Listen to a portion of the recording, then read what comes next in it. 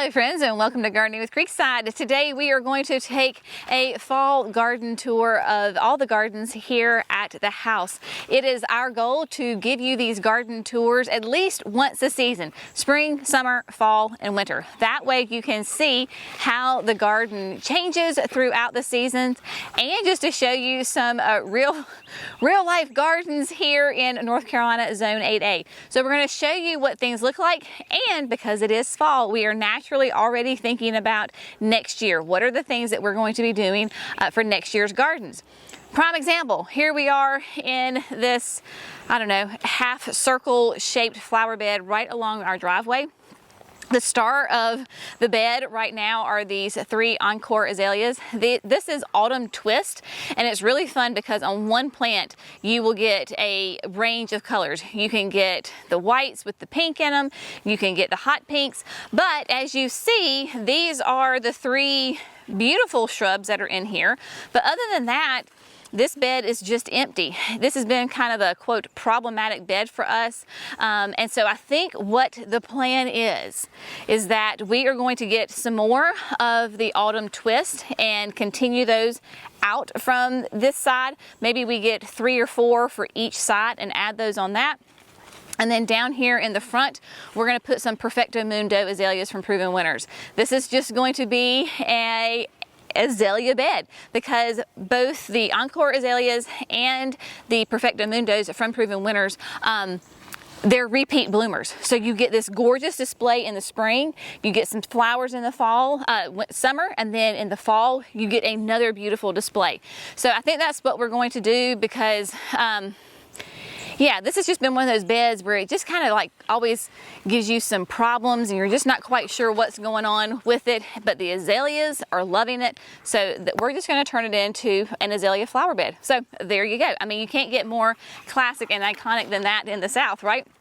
We're going to head up here to the berm and we're going to talk about, again, how things look now and then what they're going to be in the spring and the summer. I can't tell. Yesterday it rained all day, and so Brenna was in the house, so she is most excited to be outside today, running around and romping. So I'm sure that she will keep you entertained with her antics as we go through the tour today. We're going to start on the other side of the berm, right? We call this the nursery side because it's on the public nursery side of the berm. So we are blessed with tons of hardwood trees here in North Carolina, right? So these are trees that are just native. The vast majority, I would say 99.9% of the trees on our property, we did not plant. And so in November, the leaves begin to fall, and they are falling. So between the maples on the driveway, which we did plant, we have those leaves, and then of course all the oaks and the other maples and the poplars around here. So this is that season where all the leaves are falling. Basically, we try to keep the driveway clear, the walking paths clear. Once all of the leaves do fall, then a lot of times we'll come in here in the flower beds and clean them up, mulch those leaves and put them back down. But we do that because, like our sedums, you can't even see the sedums because they've been covered up by the maple leaves. Coming through, right, there are messes and successes as always. Things that we're looking at, right? So we had 3 of the Sunjoy Neo barberries. There were 3 here. I lost one, I believe, I don't remember if it was the last winter or early spring. And then this poor little guy is getting covered up by the thunderhead pine. So note to self, what I'm going to do is I lost a plant. This one's getting swallowed up. So I will take this one, dig it up, and transplant it and bring it back over here, right? Little things that we do, but this thunderhead, this is a Japanese black pine. Y'all, it loves this spot. This is a really fun, what I consider like a Dr. Seuss tree, right? It will have more of a wide habit than a tall habit, and it just continues to grow and grow and grow.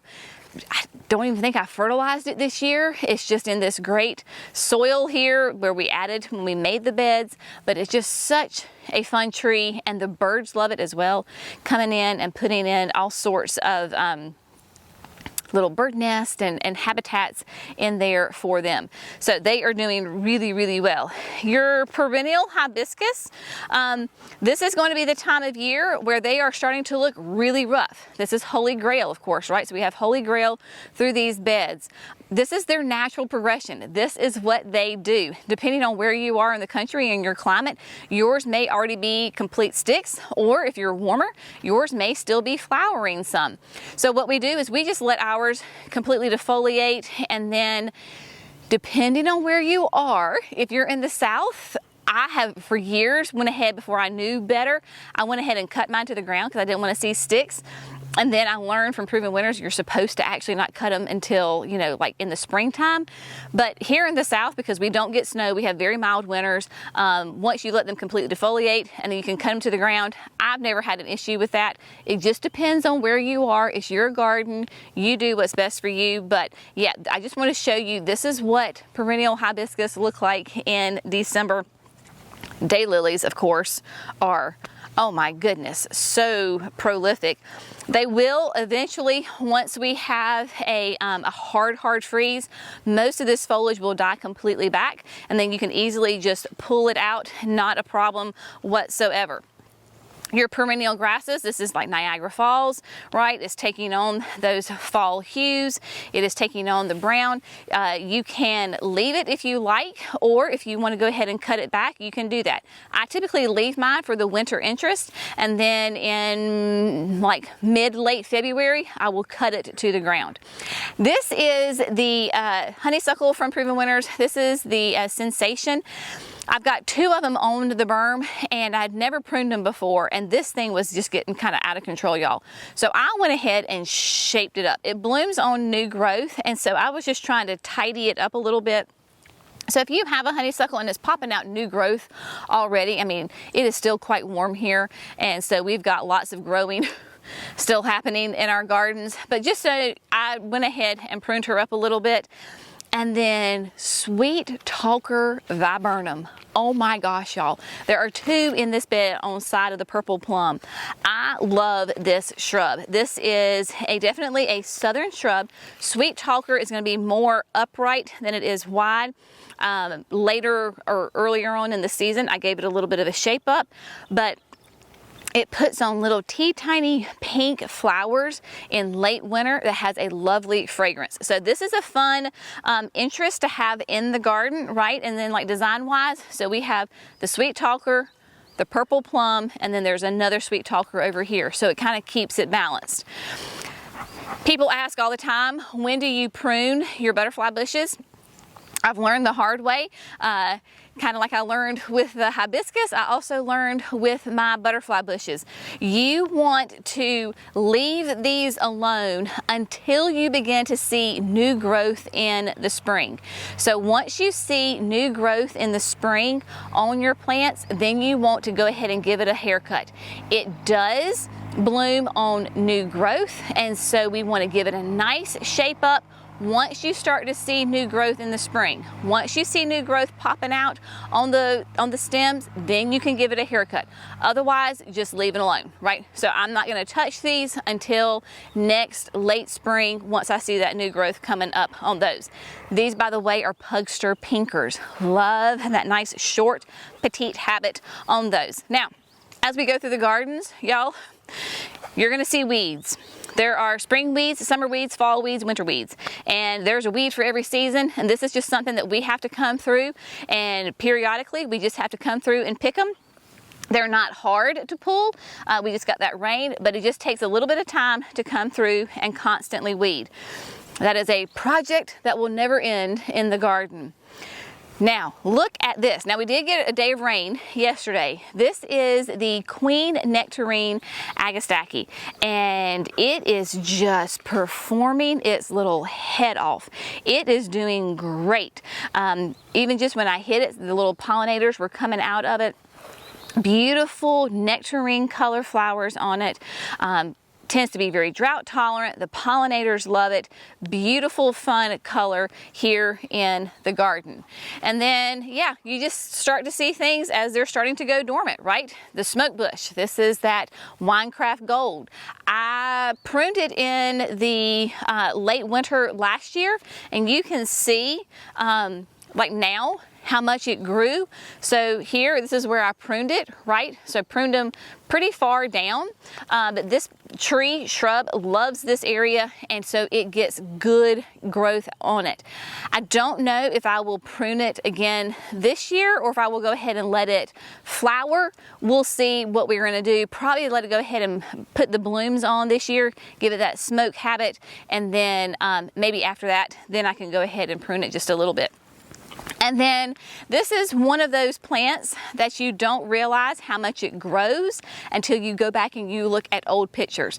So these are my North Pole arborvitaes, and oh my gosh, are they not fantastic? They are growing and doing so well. We've got this lovely hedge of them right here, and they have just been very happy trees.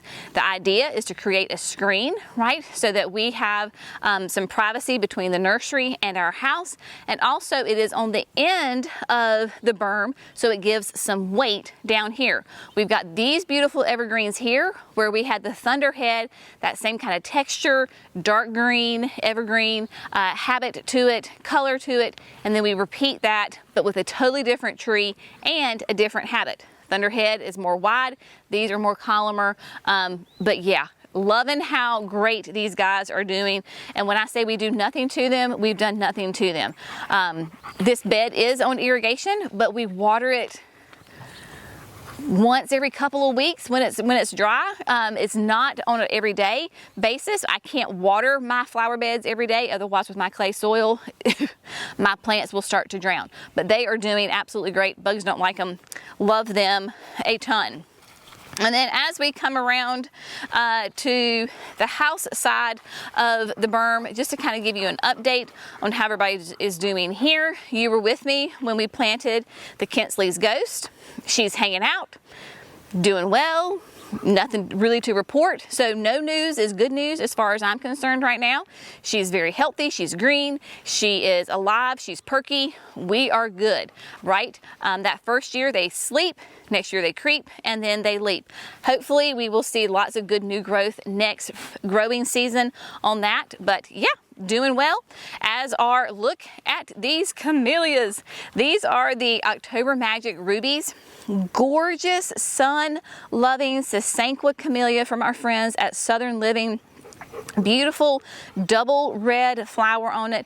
Again, they lost some leaves, some petals in the rain yesterday, but overall, I mean, they are gorgeous, and we see them from the front porch.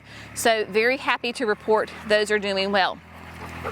One thing that when we had Helene come through, Hurricane Helene, which was, I don't know, six weeks ago, I guess it was, or so, because of course hurricanes, wind.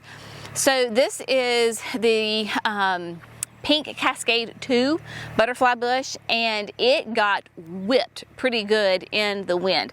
So it got pushed back some. You can see a little bit of the roots were exposed right here. I'm not overly concerned about how it looks right now because this is that butterfly bush and we prune it hard, right? Just like your pugsters. So when that time comes, I can prune it really hard and it will flush back out. But that's just one of those perils, and with those heavy winds associated with a hurricane, the twisting and pulling, and you have all that foliage. She was in full bloom, so she got beat up a little bit, but strong root system, and it will be absolutely fine. Now, this part of the berm has always been a little bit, I don't know, questionable. Is that the word? Like, we came up with a design with the boxwoods, and then once we put it in, we're like, I mean, you like it, but you don't love it, right? I know some of y'all had some strong opinions on like the shape of the boxwoods and how we did it and all that things. But we put tons of annuals in here, right, during the summer. So massive color explosion. My husband loves his color in the summer. And because we sit on the front porch so much, like we see this right here. So we want massive color explosion. But it is, you know, it is a chore to plant all those annuals, to maintain them. Then you have to take them out and so forth and so on. So the idea is that we are going to redesign this portion, this center portion of the bed, whether we do it this fall or we do it in the spring. Time will tell exactly when we do it.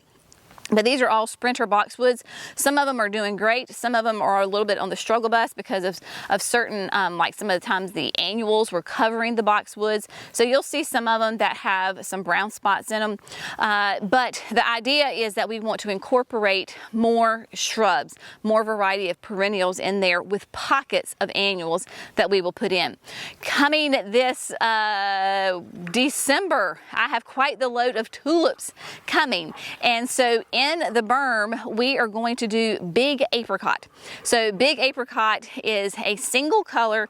Obviously, as its name suggests, it's gonna be a nice big tulip that has that beautiful kind of that pinky orangey color to it, and will stand out really nice. So we'll put it both on this side and in little pockets on the other side of the berm as well. So we'll have a beautiful tulip display. I'm telling you, y'all, if you're gonna be coming through here in like mid-March, you need to make a point to stop by and visit us, because we have got a ton of tulips that are gonna be blooming for you to see. I'm not calling ourselves Biltmore. I'm just saying Biltmore was the inspiration. So we're gonna have lots of gorgeous spring flowering bulbs that you can come and, you know, just see here in the gardens at the nursery. So, all right, let's head over back to the house and check out some of those gardens. So here we are in basically where we started. So the azaleas are just over to my right shoulder. Y'all, this is why we love Lantana in the South. Dear heavens. This is Lantana from our friends at Proven Winners. This is citron. And citron is a softer yellow than lemon tart, right? So it's a little bit of a softer one color, but she's happy. She loves this spot. I will say also, this is not on irrigation. So when we first planted it, for about the first 2 weeks, I had to watch it, make sure it got plenty of water. I would know if the plants were happy because they would be perky. If they got dry, they would start to get a little limp and shrivelly. You give them some water and they perk right back up.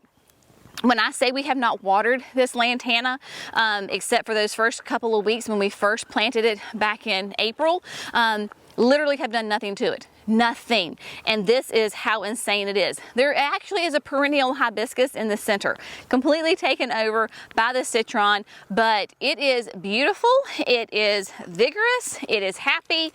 The bugs don't like it. Japanese beetles don't like it. It loves the sun. It handles the heat and humidity like a champion. I mean, this is why, and here we are in November, and it is still blooming and absolutely beautiful. Now, depending on where you live will determine whether your Lantana is a perennial for you. We treat our Lantana as an annual because it can be quite iffy as to whether or not it will come back. And because we have display gardens, right, and we have the signature experience where people are coming through, we like to switch things up, especially, you know, in certain areas like this. So we treat it as an annual.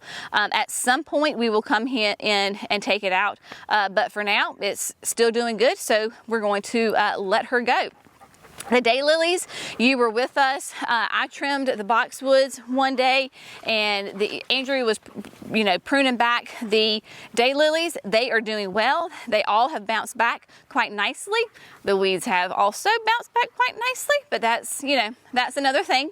And so the boxwoods are doing well as nice new growth on them, and they have had enough time to put on that new growth and get hardened off before we get a hard freeze. So that's where you have to determine and know your zone and your growing area, as far as you don't want to prune your boxwoods too late in the season and then they put on new growth, and when you get a freeze, it burns all of that new growth. All of this new growth that you see, this bright green, has had time to harden off. So once we get a freeze, this will not turn brown. Basically, I try to come through about once a year. Realistically, once a year is all I can handle on pruning the boxwoods, but they have done really well. We believe this is winter gem. We planted these eons ago and we don't really remember, but we believe that they are winter gems.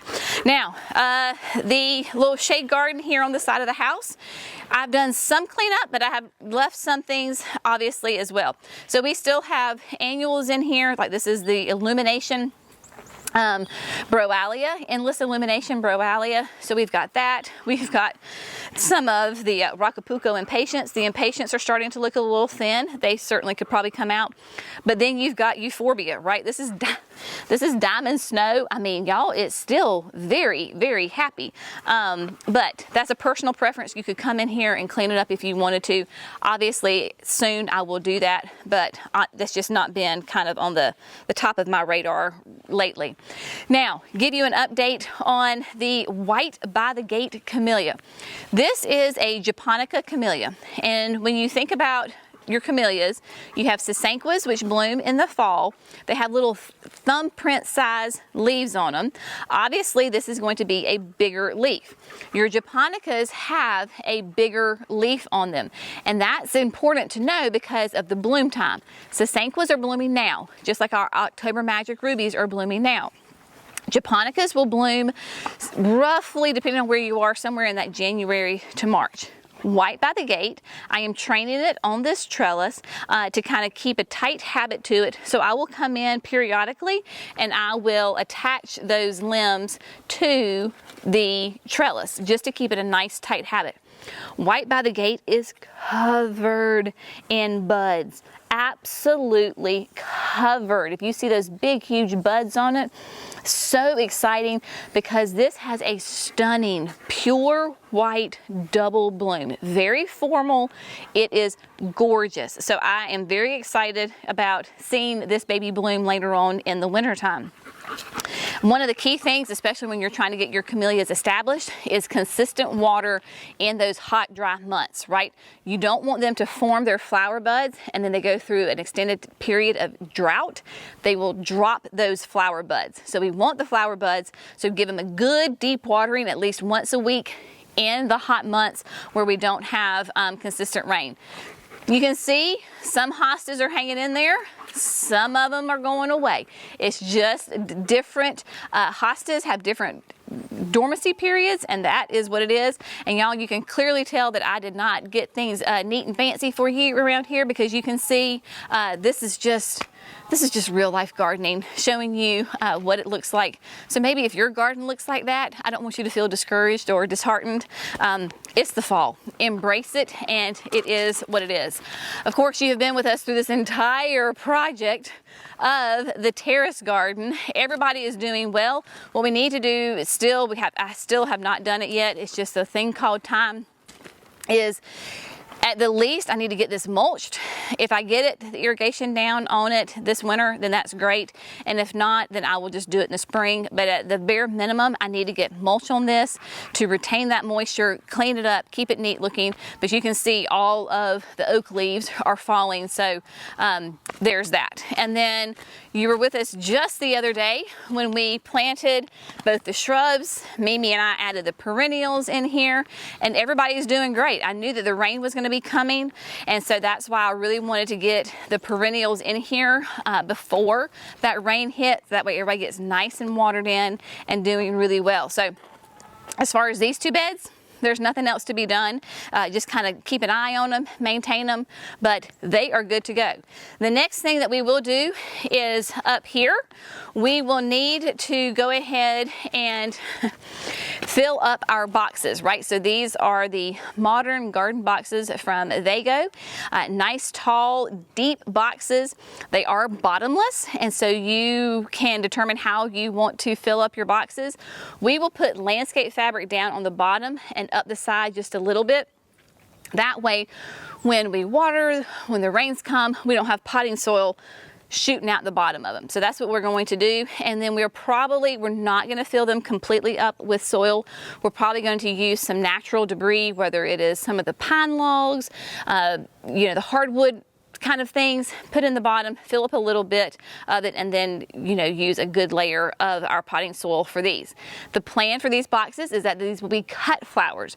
So in the spring, well, in December, we have to get this done before December because that's when all the tulips arrive, and I have quite the collection of tulips and jonquils that are going to go in here for the spring, and they are going to be absolutely stunning. I cannot wait. So that is the plan. I still have to get the obelisk in its place, get the rose planted, but the rose is just hanging out here. She's just sitting in her pot right here in the bed with has a saucer underneath her. She's putting on new growth.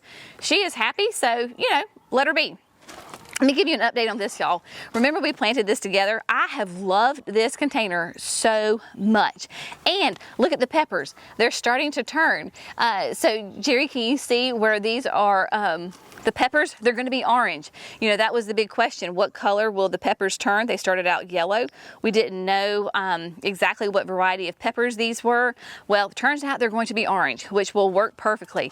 The cabbage, both of them, well, we got a kale and a cabbage doing really well. We did have some cool nights, not currently, but we did. So we were getting some color on that, but I mean, those cabbages, gorgeous. So we've really been loving this whole little container right here.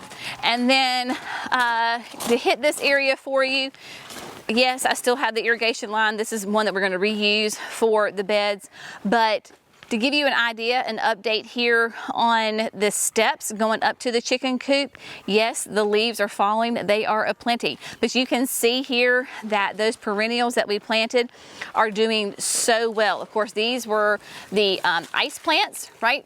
And look at that. That was one plant, y'all, and look how much it has grown. So they are very happy again. The first 2 weeks, I had to come out here and I had to water all of this because we were not getting any rain. This is not on irrigation. So those first 2 weeks, I had to bring the hose down. There's a yellow jacket. I had to bring the hose down, water them, make sure that they were happy. And since then, those roots have gotten established and it's all hands off. So yeah, I mean, okay. Yeah, he's mad. I don't know why that yellow jacket's mad. We don't like yellow jackets. But yeah, I mean, everybody's doing great. And I love the fact, like you can see that the creeping Jenny putting on lots of pretty new growth. So it's doing well. The ajugas are doing well. Everybody is very happy in this area. So we're just going to kind of maintain it, get the leaves blown off, get some fresh mulch down if we have some bare spots. But yeah, this is just something that we just sit and maintain. And let me show you this. This is very exciting. Look over here, y'all. So remember you were with me and we were planting, let me try to find you a good one that you can see over here. We planted the anemones and the poppies. Well, look at them all popping up in here. So this is a great time if you're in zones like 7B and warmer.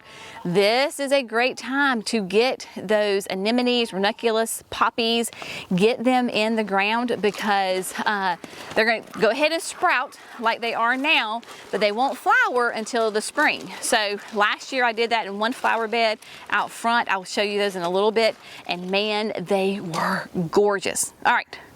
Let's move on to the backyard now. All right, so as the sun comes out, here we have, these are the the Mexican sunflowers, I love these plants, y'all. I had intentionally planted, I think 5 last year, and they reseeded themselves. So this year you will see that I have them throughout, and you've got bumblebees, you've got butterflies, you've got beautiful pollinators all over these plants. And yes, they can be kind of unruly in the fact of if you stake them, they do really well. This one I think got blown down with Helene, but it literally got knocked down. It does not care, and it continues to bloom. It will reseed itself, and I'm happy just to let it reseed itself. And then next year I can pull out any ones that I don't want in certain areas. But yeah, this is the Mexican sunflower. You start it from seed, super easy to do. It is a gorgeous plant. The berry bushes are doing quite nicely. We've got, of course, all of the blueberry bushes down here, and then the blackberry bushes up here. Quite a few of you commented that you have the pink lemonade blueberry bushes and that you love them even more than traditional blueberries. So that is exciting to hear. Cannot wait to taste these babies next year. Give you an update on the dahlias. We talked about that, how they had a rough year, but y'all look, there is beauty in the disaster. Look at that. Is that not gorgeous? So don't ever give up unless they're clearly completely dead. Let them be, and we've got reds and whites, and yeah, so I need to actually come out here and cut some and enjoy them. I mean, I have like 3 blooms, but you know, why not go ahead and enjoy them for sure. This flower bed right here it needs some attention as far as the sunflowers in the back, the sun-credible sunflowers, they're done. So we could go ahead and pull them out. The salvia, this is the rockin' deep purple. It could come out and like this, you know, this the lictrum right here, not the lictrum, this Tithonia, I never can remember. I just call it Mexican sunflower. Anyway, this was a volunteer and it's right literally in the middle of an iris. So need to kind of clean this out a little bit, but while the pollinators are still loving them, then I'm just going to leave them alone because we've got the butterflies and all the pollinators here. So we'll just leave them for now. But this is the eyeliner iris. Clearly loves this spot.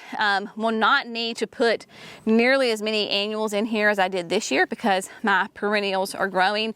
And you've got the vertigo grass, which is an annual, right? But then the climbing sweet potato vine. So if you need a quick seasonal something to cover, climb, this is it. This is the upside key lime sweet potato vine from Proven Winners. There also comes in black.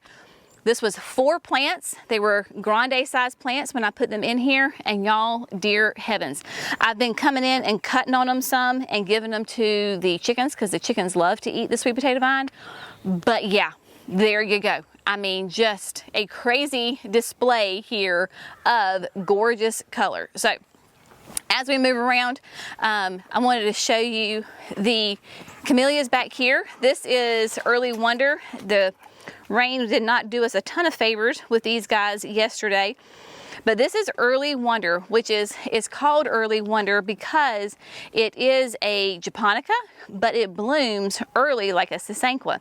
This is from Southern Living, and you can see how it's absolutely covered in buds.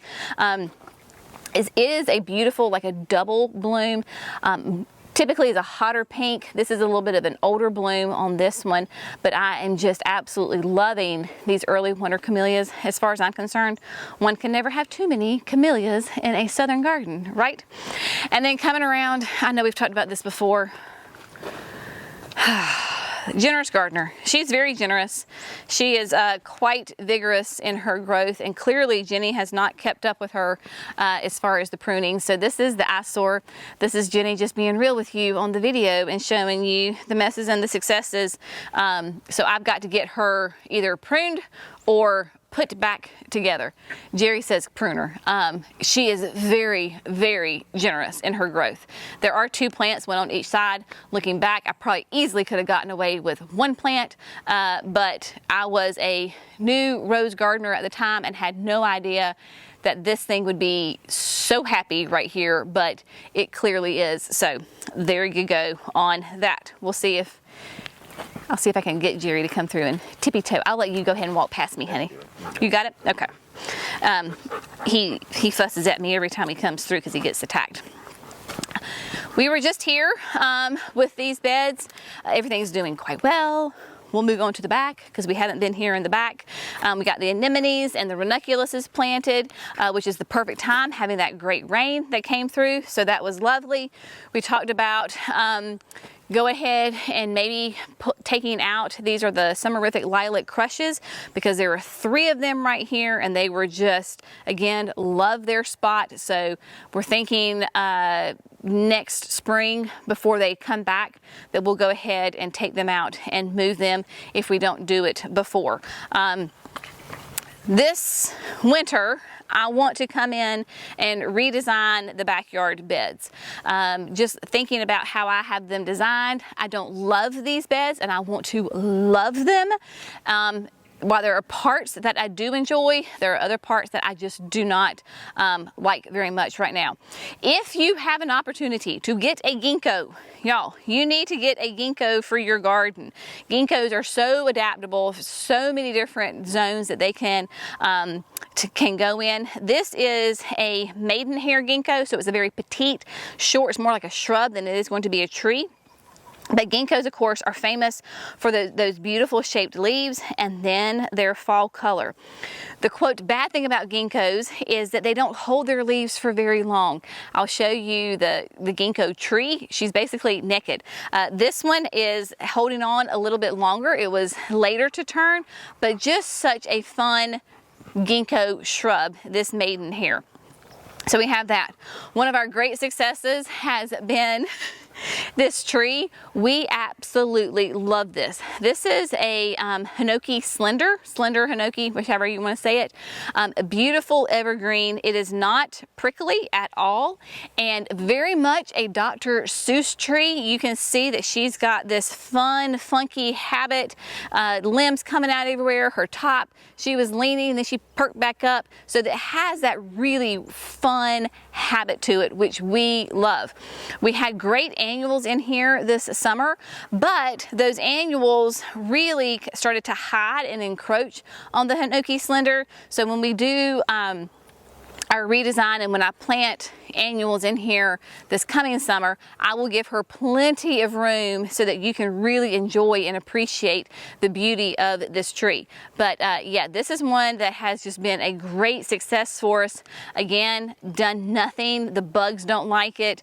And so if you start to see some brown in your evergreens in this time of year, completely natural. This is when like pine trees drop their pine needles. So if you start to see brown, don't freak out, it is okay. Now this is Princeton Century. This is that ginkgo tree that I was telling you about. And literally was absolutely stunning, and then the next day probably 50% of the leaves are gone, and then now basically all the leaves are gone. With your ginkgos, if you want to get a tree, just keep in mind that when you get it, if you get a female cultivar, they will produce seeds and they do not have a very pleasant odor. Princeton Century is a male. So if you can find a Princeton Century, those are male trees, so they will not put on fruit and they do not stink, but you get the gorgeous color off of them. So that's just something on that. And then so that will stay in when we redesign the bed. And then this is a Harry Lauder walking stick. Now, Harry Lauder does not really have a ton of like summer interest to it, but it does have a ton of winter interest to it. And Jerry's going to show you all of these contorted limbs. This is what it does. It has a fun, funky shape. I mean, this is completely zigzag in here, right? And so in the summertime, when you have these big green kind of leathery leaves on it, it's hard to see those fun shapes of the limbs. But in the wintertime, as those fall off, you really see how contorted it is. So Harry Lauder sticks, Harry Lauder walking stick, I think it is. So that is a really fun, and it'll put on like these little seed pods in the wintertime that kind of dangle from it. So yeah, this one definitely staying. Like I got a daylily right here. It needs to be moved. It's too close to here. So yeah. You know I'm all about messes and successes. Jerry's like, no, I guess yes, but I am. So here in the South, I don't know about y'all, but if you get briars or thorns in your garden, they are like my arch nemesis, because this spring, Mimi and I were in here, and y'all, I dug and dug and pulled roots and pulled roots and pulled roots of these briars. Clearly, I made it mad, and it just came back with a vengeance. So it has completely like overtaken this whole part of the garden. And these are not little briars every once in a while that have thorns. These are the kind of thorns that will get in there and absolutely tear you to shreds. So we're trying to figure out what is the best method of getting this out, because it has just taken over this corner of the garden. And there's not one clump. Like, it has sent out runners and is going everywhere. So this might be a job for the excavator to come in here, because yeah, it's not fun at all. But the highlight also, unfortunately, she's gone as far as like her interest is done, is the autumn flame maple. So this autumn flame, oh my gosh, she is just the most gorgeous red maple. We've got lots of pictures of it blooming, not blooming, with its fall foliage on it. Is a great shade tree in the summertime, right? Gives you lovely shade, but man, in the fall, absolutely stunning foliage on it, and does an amazing job. And so we were all kind of sad when she dropped all of her leaves, but such is life, such is the season. But like here's one of the ones, a leaf that still has that gorgeous, I mean, flaming red orange color to it. So doing quite nicely.